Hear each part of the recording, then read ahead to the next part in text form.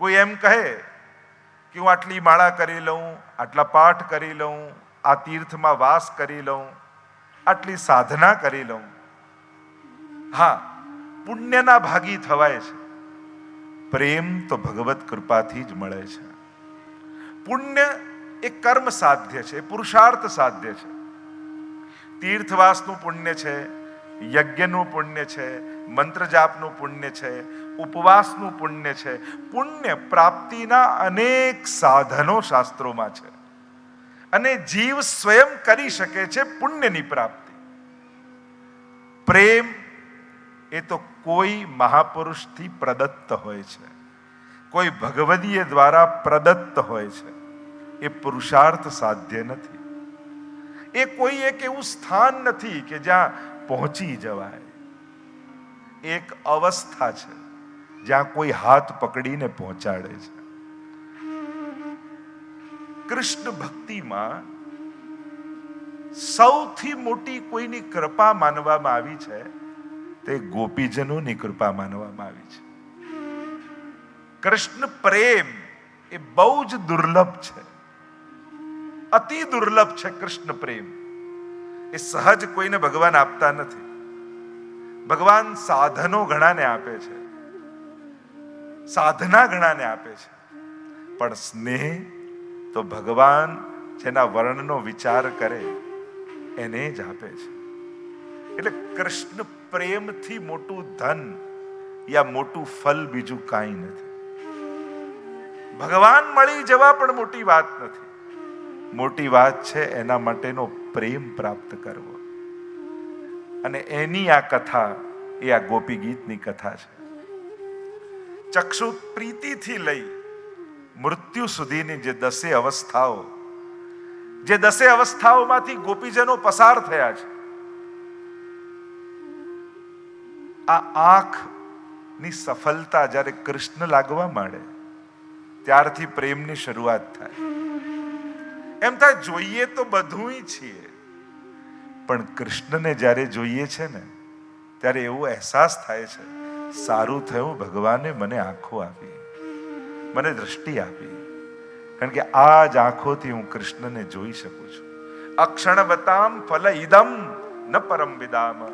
વેણુ ગીતમાં એ ગોપીજનોના શબ્દો આપણને યાદ આવે.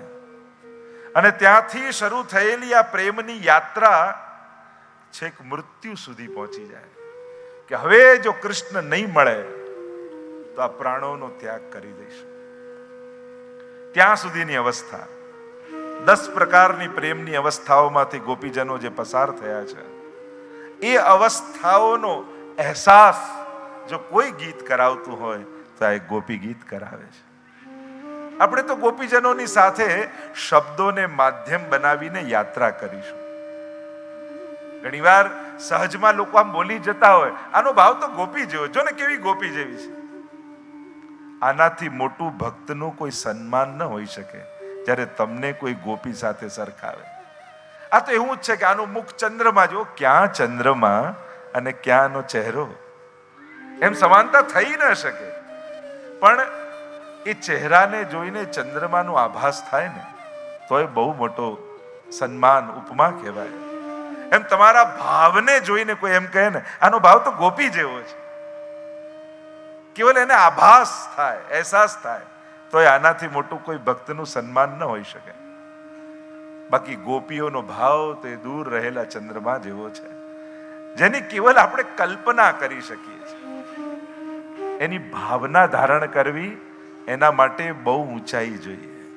આપણી તો કલ્પનાઓ છે ને એ પણ બહુ મોટી વાત છે. દશમ સ્કંદ એટલે કે ભાગવતજી, દ્વાદશાંગો હિ પુરુષઃ, 12 અંગ 12 સ્કંદ સાક્ષાત શ્રીનાથજી બાબાનું વાંગમય સ્વરૂપ એટલે શ્રીમદ ભાગવત. અને એમાં પણ 12 અંગ સાથે સમાનતા શ્રીનાથજી બાબાની.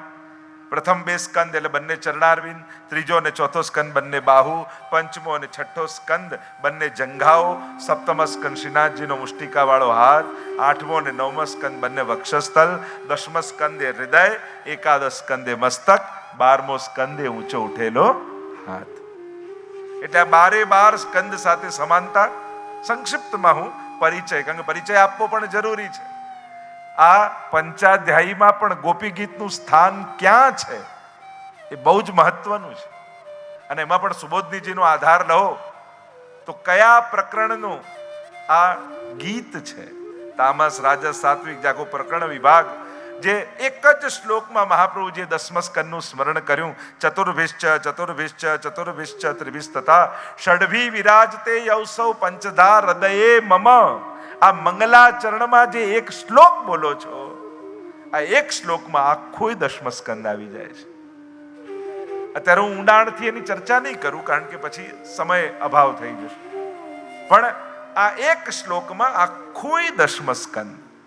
અને એમાં જ્યારે પંચાધ્યાયની વાત કરીએ છીએ ત્યારે એની ચર્ચા આગળ કરીશું, વિસ્તાર નથી કરતો. હૃદય રૂપી શેષ અને એમાં આ જે ગાથાઓ ને કથાઓ છે જે સદાય બિરાજમાન છે એની ચર્ચા આપણે કરવાની છે. 90 અધ્યાય 10મો સ્કંદ હૃદય છે ઠાકોરજીનું. અને એટલે જ 12 અંગમાં બધા અંગ દેખાય, હૃદય દેખાય નહીં. શ્રીનાથજી બાબાનું હૃદય તો અનુભવાય, એને જોવાય નહીં. એમે દરેક વસ્તુ આંખથી જોવાની હોતી પણ નથી. કોઈ એમ કે આને પ્રેમ છે, તો પ્રેમ કોઈ જોવાનો થોડી છે, એ તો અનુભૂતિ છે. આને ભાવ છે, એ કોઈ જોવાનો થોડી છે, એ તો અનુભૂતિ છે. આને બહુ સન્માન છે, બહુ માન છે તમારા માટે, તો માન જોવાની વસ્તુ થોડી છે, અનુભૂતિ છે. એમ ભગવાનનું હૃદય એ 10મો સ્કંદ છે. એટલે જ ભગવાન એ શંકાનો વિષય નથી, એ જિજ્ઞાસાનો વિષય. આ બંનેમાં બહુ ફરક છે. શ્રીમદ ભાગવત, શ્રીમદ શ્રી કૃષ્ણ ભગવાન આ શંકાના વિષયો નથી, જિજ્ઞાસાના વિષયો છે. બહુ જ મોટો ફરક છે શંકા અને જિજ્ઞાસામાં. સાધારણ વ્યક્તિને ભગવાન પર શંકાઓ થતી હોય, સંસારી વ્યક્તિને શંકાઓ થાય, જ્ઞાની અને ભક્તને જિજ્ઞાસાઓ. ભગવાન વિશે પ્રશ્નો થાય, સંસારીને શંકા રૂપે થાય, આવું કઈ હોતું હશે. ભક્તને જિજ્ઞાસા રૂપે થાય, આવું કઈ રીતે થાય. મારો લાલન આમ ગિરિરાજજીને કેમ ઉચવી શકે, મારો લાલન દાવાનળનું પાન કેમ કરી શકે. એને ભગવાન પર શંકા નથી, પણ ભગવાન પ્રત્યે કૃતુહલતાઓ છે, જિજ્ઞાસાઓ છે, જ્ઞાતુમ ઈચ્છા. ભગવાન માટે શ્રદ્ધા છે, પણ જાણવાની તત્પરતા પણ છે.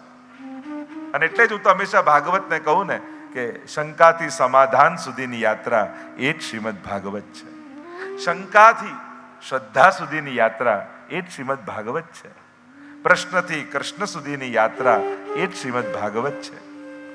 શ્રાપથી સમર્પણ સુધીની યાત્રા એ શ્રીમદ ભાગવત છે. મૃત્યુથી અમરત્વ સુધીની યાત્રા એ જ શ્રીમદ ભાગવત છે. મૃત્યુ બધાને છે, અમરત્વ એને છે જેણે અમૃત પીધું છે. અને અમૃત આજના સમયમાં, કલિયુગમાં, ભૂતલમાં ક્યાંક હોય તે શ્રીમદ ભાગવતમાં બિરાજે છે. કારણ કે આ ભાગવતનું જેણે પાન કર્યું છે એના જીવનમાં મૃત્યુ નથી આવવાનું, મિલનની ક્ષણો આવવાની છે. કારણ કે ભાગવતના શ્રોતાના જીવનમાં મૃત્યુનો ખેદ અને અફસોસ નથી, પ્રભુ મિલનનો ઉત્સવ છે. કારણ કે દેહ છોડશે તો છોડતા છોડતા પણ મનમાં એ જ ઉત્સાહ છે, દેશ તો બંધન હતું, હવે તો નિત્ય લીલામાં પ્રવેશ કરવાનો છે. એના માટે મૃત્યુ પણ મિલનની ક્ષણ છે, મૃત્યુ પણ ઉત્સવ છે. આ કાર્ય શ્રીમદ ભાગવત કરે છે. આ પ્રભાવ શ્રીમદ ભાગવતનો છે અને ભાગવતનો પ્રભાવ તારે છે. અહીંયા તમે બેઠા છો ને, ઘણાને યાદ રહેશે, નહીં રહે, ઘણા ભૂલી જશે. છતાંય તમે કથા સાંભળેલી ભૂલી જશો, પણ તમે કથા સાંભળી છે એ ભગવાન ક્યારે નહીં ભૂલે. એ તો અંતિમ ઘડીએ તમારી સામે આવીને કહેશે, અરે તે તો ભાગવત સાંભળ્યું છે, ચાલ મારી સાથે. એ તમારી અન્યથા ગતિ ક્યારે નહીં થવા દે. આપણે બધા એવા છીએ ને, કેટલું કેટલું ભગવાને જીવનભર આપણા ઉપર કૃપા કરીને કર્યું, છતાંય ભૂલી જ જઈએ છીએ. જો ને આ ભગવાન મારા જ કામમાં નથી આવતા, આપણે ભૂલી જ જઈએ છીએ. ભગવાન ક્યારે નથી ભૂલતો. ભગવાનના મોટા મોટા કૃપાના પ્રમાણો આપણે ભૂલ્યા છે. એને કેટલું કર્યું છે, છતાંય સમય આવે ભૂલી જઈએ છીએ. આપણે નાનકડું પણ કર્યું હોય ને તો એ ઠાકોરજી ક્યારે ભૂલવાના નથી. આ પ્રભુનો સ્વભાવ આવો છે. આપણે એમ કહીએ, જો ને મારે જ કામ ભગવાન નથી આવતા, મારે જરૂર હોય ત્યારે. આપણે જરૂર હોય ત્યારે ભગવાન નહીં, આપણે કલ્પ્યું ન હોય ને એવું ભગવાને આપ્યું છે. વિચાર કરો, જીવનની શરૂઆત કરી હતી, કદાચ અહીંયાથી અમેરિકા ગયા હશે, ઇંગ્લેન્ડ ગયા, કેનેડા ગયા, 2 બેગ લઈને જ ગયા હતા. કલ્પના એ ક્યારે હતી કે આવું જીવન ઠાકોરજી આપશે? અરે ક્યારે આવી કથા કરાવી શકીશું એનો એ વિચાર હતો. છતાંય ઠાકોરજી કરાવી કે નહીં? તો પ્રભુ આપણે ધાર્યું ન હોય એવું કરી આપે, એનું જ નામ પરમાત્મા છે. સંસાર માંગો ને એનાથી થોડું ઓછું આપશે, ભગવાન માંગો એના કરતા અનેક ગણું આપશે. અને હવે આ કોઈ શાસ્ત્રની વાત નથી, આપણા બધાના જીવનનો અનુભવ છે. જ્યારે ભગવદ કૃપાના તમે જ પ્રમાણ બની જાઓ ને, પછી શાસ્ત્ર વચનની એ બહુ જરૂર નથી પડતી. તમે જ ઉદાહરણ બની જાઓ ભગવદ કૃપાના, પછી આ શાસ્ત્રમાં આમ લખ્યું છે ને આ ભગવદી આમ કહ્યું છે ને આ સંતે આમ કહ્યું છે, એની પણ તમને જરૂર ન પડે. એ ક્યાં સુધી જરૂર પડે? જ્યાં સુધી કૃપાનો અનુભવ તમે ન કર્યો. જ્યારે કૃપાનો અનુભવ તમે જ કરી લો, પછી કયા શાસ્ત્રોમાં ભગવાન કેટલા કૃપાળુ છે લખ્યું છે વાંચવાની જરૂર ન પડે. આ તો હવે આપણો જ અનુભવ છે કે કેવો કૃપાળુ છે, કલ્પ્યું નહોતું એવું ભગવાને આપ્યું છે. અને કદાચ સંસારિક વસ્તુ આપે એ તો સમજાય, પણ આવી કથા ભગવાન કરાવે એ તો આપણા સમજની એ બહાર હોય. એમની ભાવના તો એવી જ હતી કે આમ 7 દિવસ ભાગવત સપ્તાહ ને બધું થાય. આ તો મેં સમજાવીને 3 દિવસ કરી દીધું. ઘણી વાર સમય અભાવ રહે છે, એમ થયું આખું ભાગવત ક્યાંક સમાવી લેવું હોય તે ગોપીઓના ગીતમાં બધું જ સમાઈ જાય છે. એમ જોવા જાવ ને તો આ 19 શ્લોકને આખા ભાગવત સાથે સમાનતા કરાવી છે. પ્રથમ સ્કંદ થી લઈને 12મા સ્કંદ સુધી અધિકાર લીલા, સાધન લીલા, સર્ગ વિસર્ગ, ઉતિ, મનવંતર, સ્થાન, ઈશાનુગતા, આ બધાની સાથે આ 19 શ્લોકોની સમાનતા થઈ શકે. એટલે કે આખું શ્રીમદ ભાગવત 10મા સ્કંદમાં છે. 10મા સ્કંદનો સાર એ રાસ પંચાધ્યાયમાં છે, અને આ બધાનો સાર એ ગોપીજનોના ગીતમાં છે. બધી જ કથા આવી જશે. ગોપીજનો જ્યારે સ્મરણ કરશે ને તો તમારી આખી સમાનતા બધા સાથે થઈ શકે. નખલુ ગોપિકા નંદનો ભવાન અખિલ દેહિના અંતરાત્મક વિખન સાર્થિતો વિશ્વગુપ્તએ બ્રહ્માજીની વિનંતી. વિચાર કરો, ત્યાંથી કથા શરૂ થાય. ભાગવતના આદિ વક્તા કોણ છે? તો શ્રીમદ ભગવાન. ભગવાને ચતુશ્લોકી ભાગવત બ્રહ્માજીને કહ્યું. ત્યાંથી જો ગોપી ગીતમાં ગોપીજનો યાદ કરે જ છે.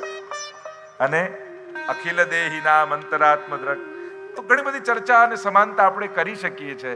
સમગ્ર ભાગવતનો સાર રૂપે ગોપી ગીતને આપણે ગાવાના છે. કારણ કે આ ગોપીજનો એના હૃદયમાં ભગવાનનો વાસ છે. આપણે કથા જોઈશું, છુપાશે ક્યાં ઠાકોરજી, ક્યાં સંતાયા છે? ભગવાન સંતાઈ શકે એવી કોઈ જગ્યા દુનિયામાં ખરી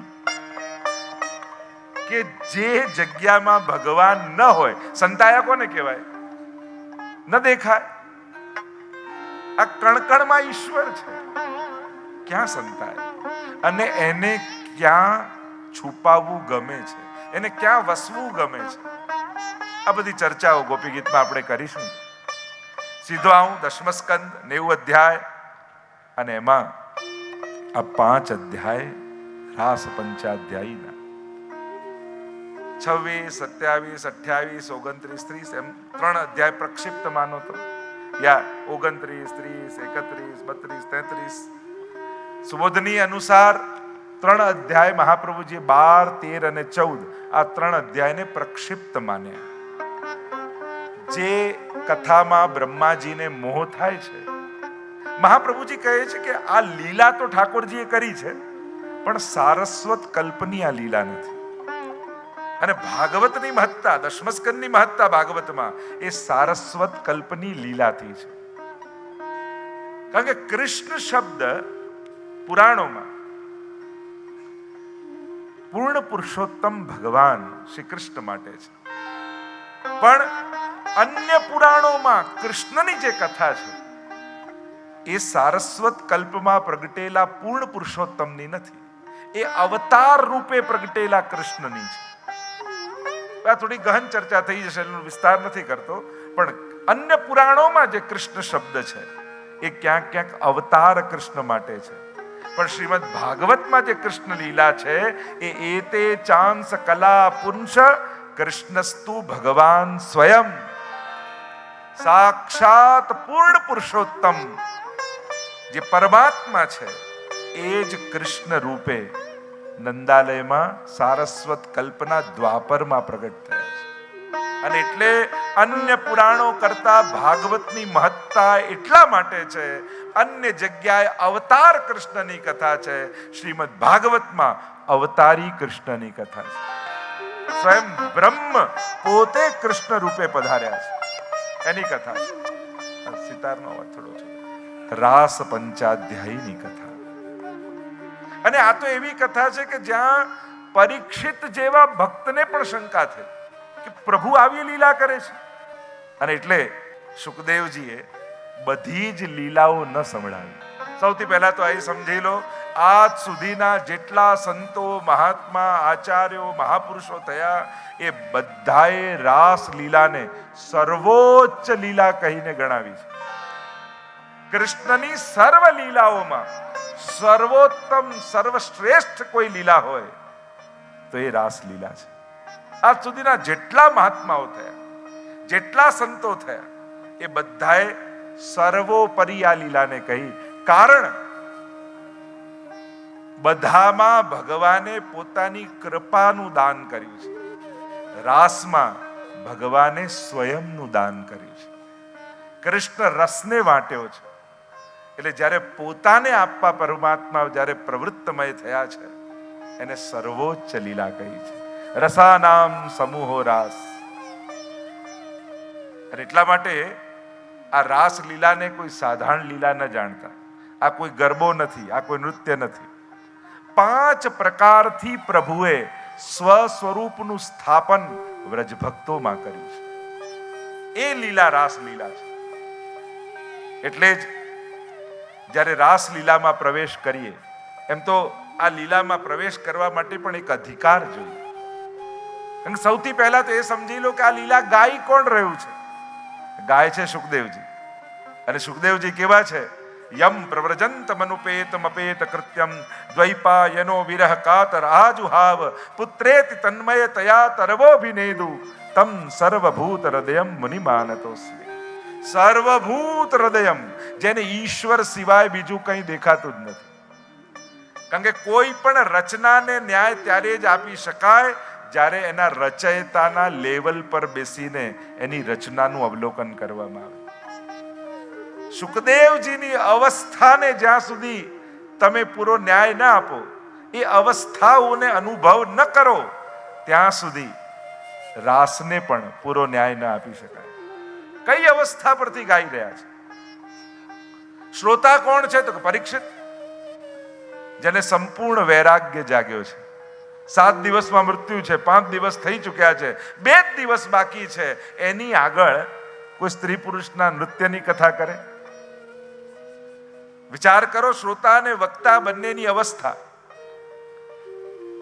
અને એમાં પણ જ્યારે વ્યાસજી ભાગવતજી જેવા ગ્રંથમાં રાસ પંચાધ્યાયનું સંકલન કરતા હોય તો ચર્ચાઓ ઘણી બધી છે, એનો વિસ્તાર નથી કરતો.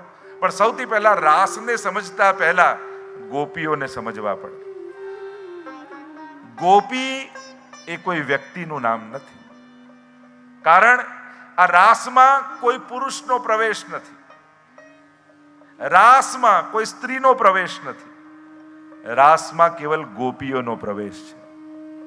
કારણ કે ગોપી એ કોઈ સ્ત્રી દેહ કે પુરુષ દેહનું નામ નથી, એ ભક્તિની સર્વોચ્ચ અવસ્થાનું નામ છે. ગોપી પ્રેમ કી ધ્વજા, જીન ગોપાલ કિયો વશ, ઉર ધરી શ્યામ ભુજા.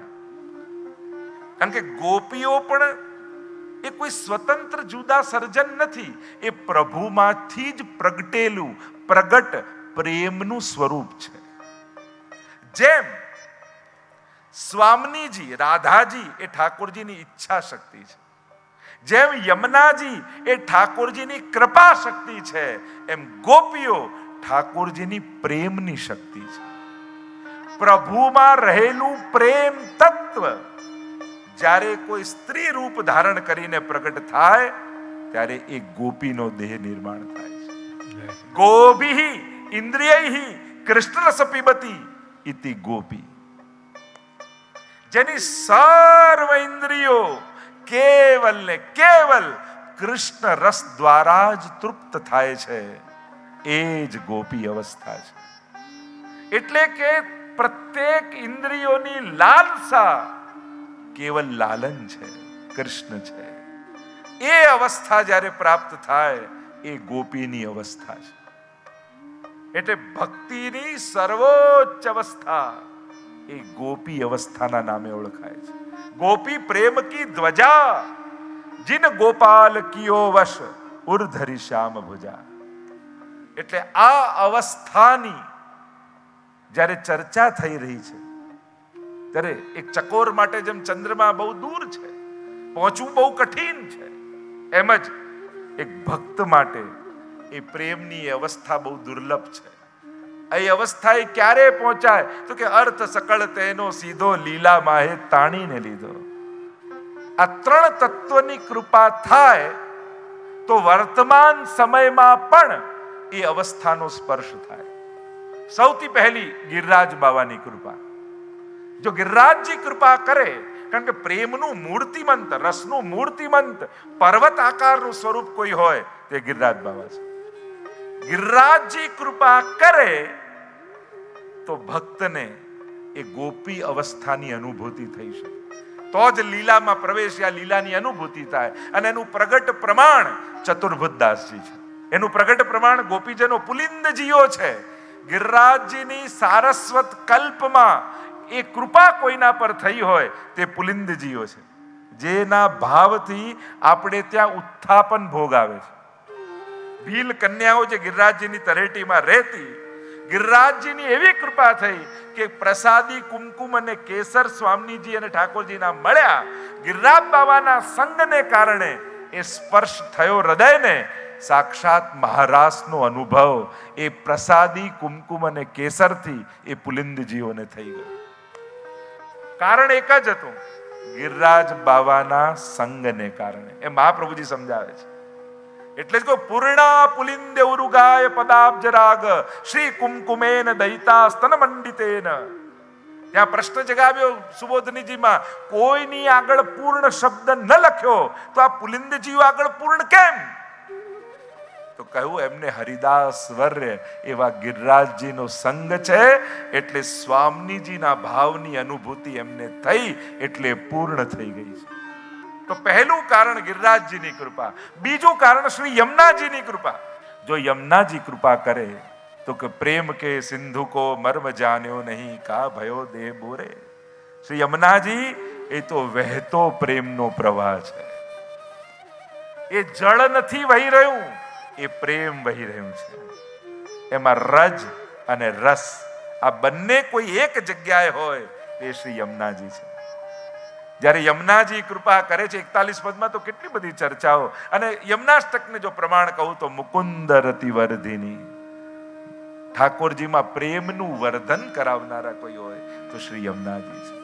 અને ત્રીજી કૃપા આ કલયુગમાં કોઈની હોય તો શ્રી મહાપ્રભુજીની કૃપા. શ્રી વલ્લભ કૃપા કરે તો એ ગોપી અવસ્થાની અનુભૂતિ આજે પણ થઈ શકે. કારણ કે મહાપ્રભુજીએ કરાવી છે. 84 વૈષ્ણવની વાર્તા જુઓ. નંદ મહોત્સવથી લઈને મહારાજ સુધીનો અનુભવ. શેઠ પુરુષોત્તમ દાસના ઘરે આજે પણ કૂવો છે, કાશી જે ગયા હશે બનારસ, અને જ્યારે નંદ મહોત્સવનું વર્ણન કર્યું અને બધા જ કૂપમાંથી પ્રગટ થવા લાગ્યા. નંદ ઘેરા નંદના ધ્વનિ કરતા કરતા સમસ્ત વ્રજભક્તો, સમસ્ત નંદ બાબા, યશોદાજી બધા પ્રગટ થયા. અને ત્યારે મહાપ્રભુજીએ વિનંતી કરી, આ રીતે પ્રગટ સ્વરૂપે ન પધારજો. હવે અમે નંદ મહોત્સવ હશે ત્યારે વૈષ્ણવોને ગોપી ગ્વાલ નંદ યશોદાજી, અમે પોતે યશોદાજી નંદ બાબા બનાવીશું મુખિયાજીને, અને એમાં આપ આનો આવેશ કરાવજો, પણ પ્રગટ સ્વરૂપે ન પધારતા. પણ ત્યાં નંદાલયના નંદ મહોત્સવની અનુભૂતિથી લઈ દરેક પ્રકારની લીલા, હું જો 84 વૈષ્ણવનો એક એક પ્રસંગ કહેવા જાઉં તો બધી અનુભૂતિઓ છે. અને છેક મહારાજ સુધીનો અનુભવ શ્રી મહાપ્રભુજીની કૃપાથી કૃષ્ણદાસ અધિકારીની વાર્તામાં જુઓ. રાસલીલામાં આસક્તિ છે ને, અને કીર્તન કહી રહ્યા છે, રાસ થઈ રહ્યો, એવા તો અનેક પ્રકારના પ્રસંગો તમને કહું તો સમસ્ત લીલાઓની અનુભૂતિઓ શ્રી મહાપ્રભુજીએ કરાવી છે. અને કરાવી હતી એમ નહીં, આજે પણ ઘરે ઘરે ઠાકોરજી પધરાવ્યા અને કરાવી રહ્યા છે. તો અત્યારના સમયમાં જે એ વ્રજભક્તોના ભાવને અનુભવ કરવો હોય તો શ્રી મહાપ્રભુજીની કૃપા કરાવી શકે છે. તો એ અવસ્થા એ ગોપી અવસ્થા છે.